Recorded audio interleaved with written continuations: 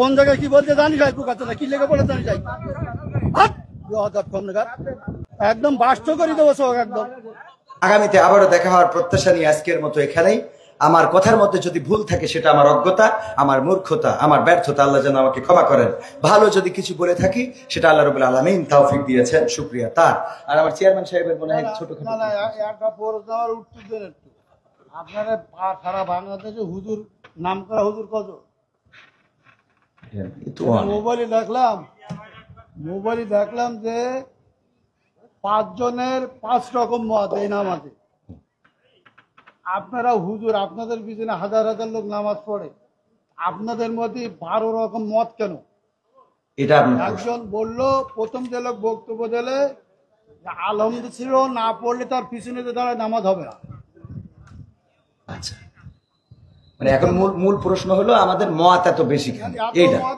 এত মত বক্তব্য দিচ্ছেন, সব শুনলাম, আমাদের মধ্যে দ্বিধাবন্ধ দিচ্ছেন তো আপনারা। একজন বললো যে নামাজ হবে না, আদৌ হবে না, তিনি খুব নাম করা উচিত, 5 জনের মধ্যে তিনি প্রথম।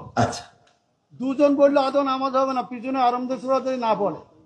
তারপরে একজন বললো না আরামদায়ক পড়া যাবে না, একজন যখন জোরে ইমাম পড়বে তখন পিছনে পড়ার কোনো যুক্তি নেই।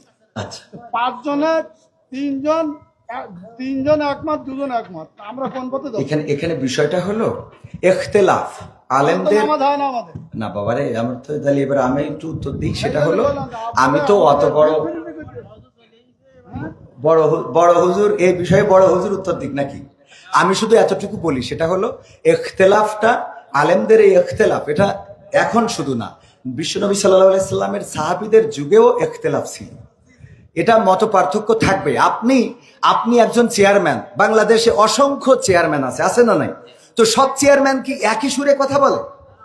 বলেন, ইসলামের মধ্যে ভেদাভেদ হবে কেন? চেয়ারম্যানই করে একদিনই, ইসলাম একদিন। আপনারা তো বুঝাইতে পারবেন না। আমি যদি বলি, যেমন আপনি একজন আলহাজ মানুষ, দেখেন আপনি সব বাদ দেন, ইসলামের বেসিক কিছু নিয়ম আছে।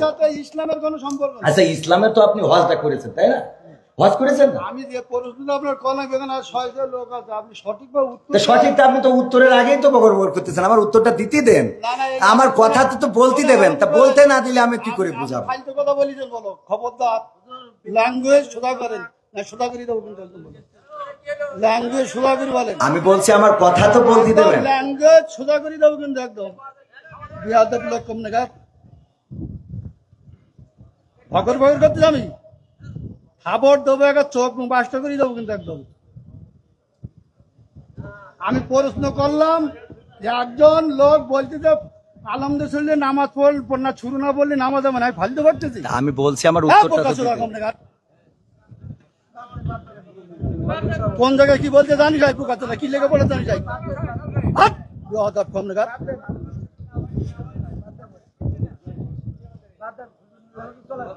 একদম বাস্ত করে দেবো সব একদম।